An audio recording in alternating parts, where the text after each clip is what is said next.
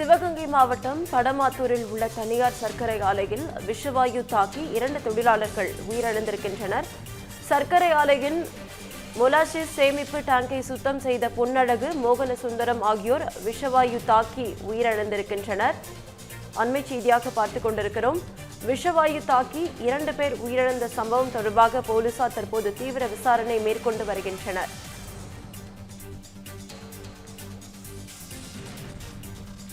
சிவகங்கை மாவட்டம் படமாத்தூரில் உள்ள தனியார் சர்க்கரை ஆலையில் விஷவாயு தாக்கி 2 தொழிலாளர்கள் உயிரிழந்திருக்கின்றனர்.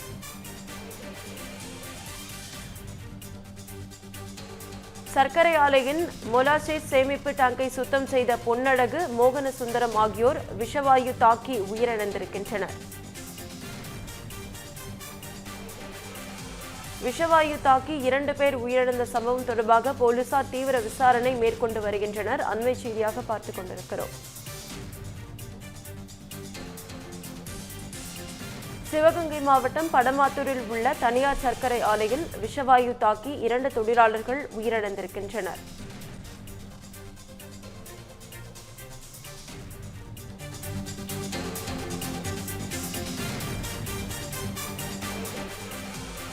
இதுகுறித்த முழு விவரங்களை வழங்க செய்தியாளர் சுப்பிரமணி நம்மோட இணைப்பில் காத்திருக்கிறார். சுப்பிரமணி, வணக்கம். முழு விவரங்கள்.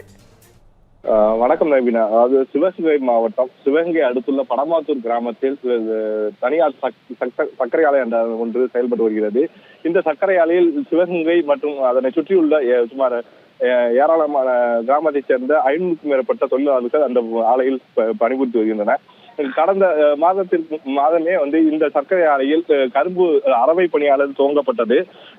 இந்நிலையில் தட்டமே அந்த சர்க்கரை தயாரிப்பு பணி நடைபெற்று வரும் நிலையில் இந்த சர்க்கரை ஆலையில் உள்ள அதாவது அரவை போது கடைசியாக தங்கக்கூடிய கழிவு, அதாவது அது மொலாசிஸ் என அழைக்கப்படும், அந்த மொலாசிஸை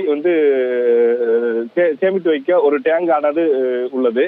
இந்த டேங்கை சுத்தம் செய்யும் பணியில் இன்று அதாவது அந்த தொழிற்சாலையில் பணிபுரியக்கூடிய தொழிலாளர் சிவகங்கையை சேர்ந்த பொன்னழகு 59 வயசான இவரும் அதே போல கரும்பாவூர் கிராமத்தை சேர்ந்த மோகனசுந்தரம் 32 வயதான இவரும் இந்த இருவரும் இறங்கி சுத்தம் செய்துள்ளனர்.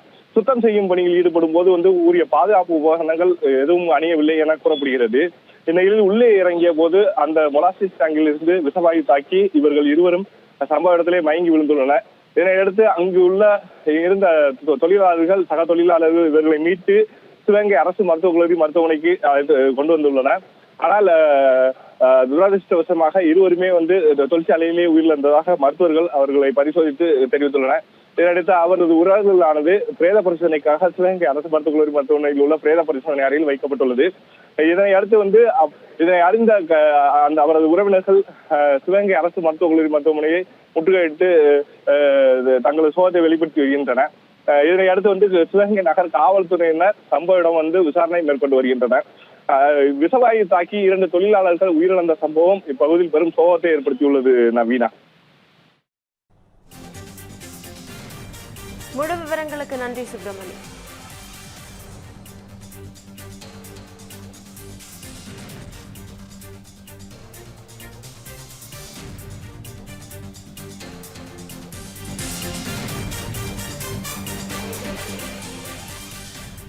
இந்த பண்டிகை நாட்களை முன்னிட்டு வில்லா மனைகளை முன்பதிவு செய்து ஸ்டாம்ப் டியூட்டியில் 50% வரை தள்ளுபடி பெறுங்கள். Premium villa plots across Tamil Nadu from 4.5 lakhs to 3 crores.